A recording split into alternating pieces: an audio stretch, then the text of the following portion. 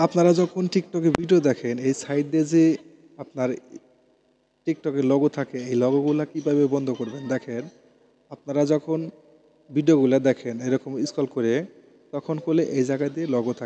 logo থাকলে ভিডিওটা ভালো দেখা যায় না বাট এই লোগোগুলো আপনারা রিমুভ করতে পারবেন জাস্ট খালি একটা সেটিং অন করবেন দেখেন আপনারা এই ভিডিওর উপরে ট্যাপ করবেন ট্যাপ করলে পারে এই যে এখান দিয়ে যে অপশনগুলো আছে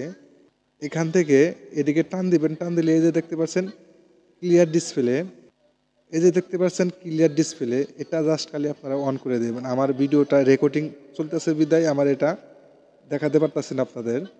জাস্ট খালি এটা আপনারা অন করলেই বা এটাতে ট্যাপ করলেই আপনাদের ডিসপ্লেটা ক্লিয়ার হয়ে যাবে তো এই সেটিংটা করে রাখলে বা যখন আপনারা ভিডিও দেখবেন ওটা